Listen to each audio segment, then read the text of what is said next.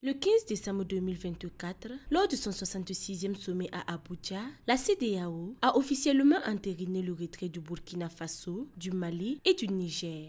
Ce départ, qui sera effectif le 29 janvier 2025, s'accompagne d'une période transitoire de 6 mois jusqu'au 29 juillet 2025 pour organiser une sortie ordonnée de ces 3 pays membres de l'Alliance des États du Sahel AES.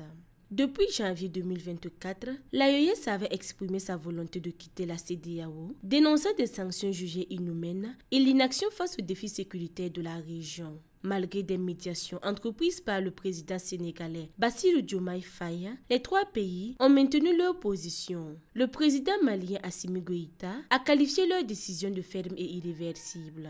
La CEDEAO, de son côté, a affiché une ligne inflexible. Elle a refusé tout accord de coopération partielle ou avantage spécifique pour les États quittant l'organisation. Lors du sommet, les chefs d'État ont réaffirmé que la libre circulation des biens et des personnes ne saurait être conditionnelle. Une session extraordinaire du Conseil des ministres sera convoquée au 2e trimestre de 2025 pour finaliser les modalités du retrait et évaluer ses impacts politiques, économiques et sécuritaires.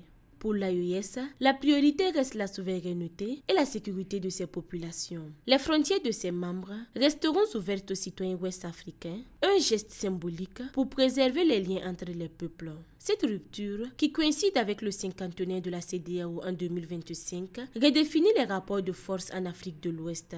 Elle oppose 2 visions divergentes de l'intégration régionale.